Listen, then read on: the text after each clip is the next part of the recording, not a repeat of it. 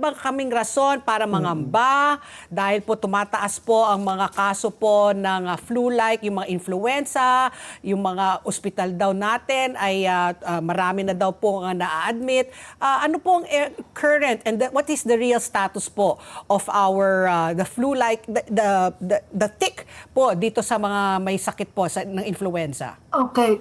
Itong mga panahon na ito ay talagang tumataas ang kaso ng ating respiratory illnesses and syempre yung flu ang nangunguna, although may ibang mga viruses pa na pwedeng makakos nitong tinatawag nating influenza-like illness. So it is just a general term para masabi na itong mga symptoms niya ay pare-pareho, no? So it may not be flu virus itself, but maybe pwedeng sipon, yung rhinovirus, respiratory syncytial virus, para influenza and so on.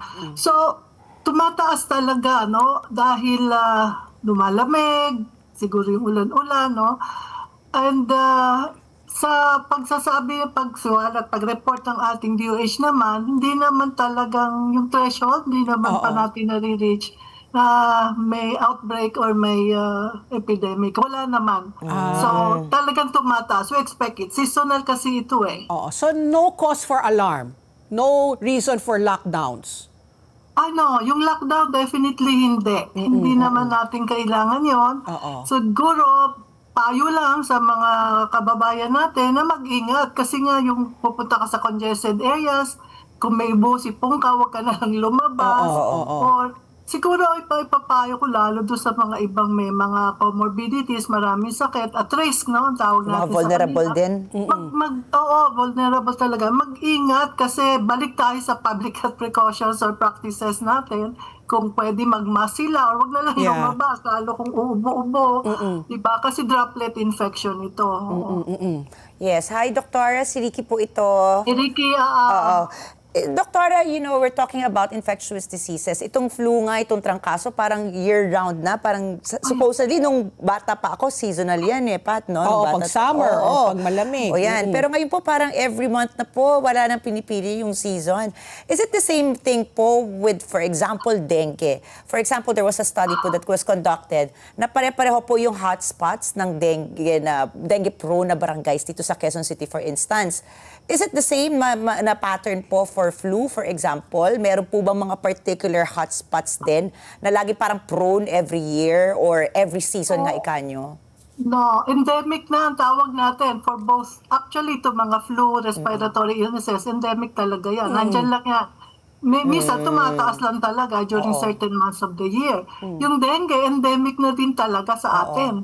Kasi wala ka nang masabi na dahil umulan, dumami ang lamok, and so on. Meron at meron pa rin nare-report. But of course, meron pa rin months na mas marami sila. What are those months po, Doktora?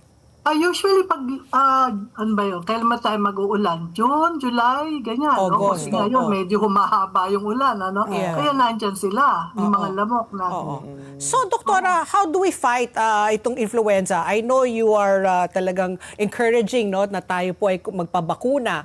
Pero yung mga bata ho ba, paano rin ho ba? Kasi sila rin po yung vulnerable sa influenza at saka sa mga flu-like. How young can you get your flu injection, your anti-flu vaccine?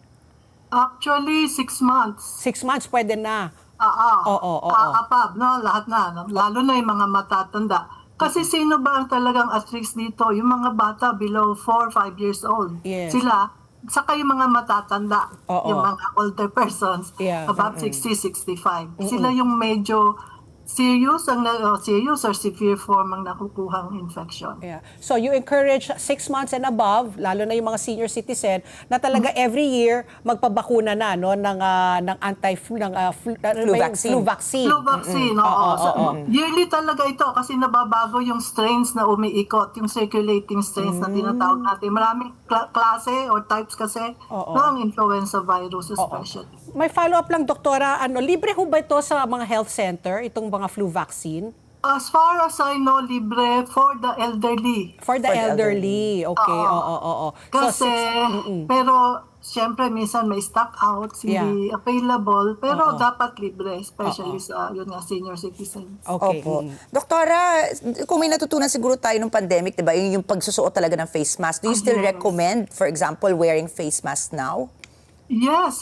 Lalo kung may symptoms ka. Pero sabi ko nga, kung meron kang symptoms, muubo ka, sipon, Oo. throat, lahat yan, no? Kasi droplet infection to, huwag ka na lang lumabas. Ngayon, kung hindi maiwasan na lalabas ka, or kahit na wala kang, protect yourself also. So, kung kagaya ng mga may edad na, may mga conditions, like yung may asthma, yung may mga cardiac problems, Oo. o immunocompromised, no? Importante na i-protect nila sarili nila. Mas mabuting pagsuot sila ng mask sa labas.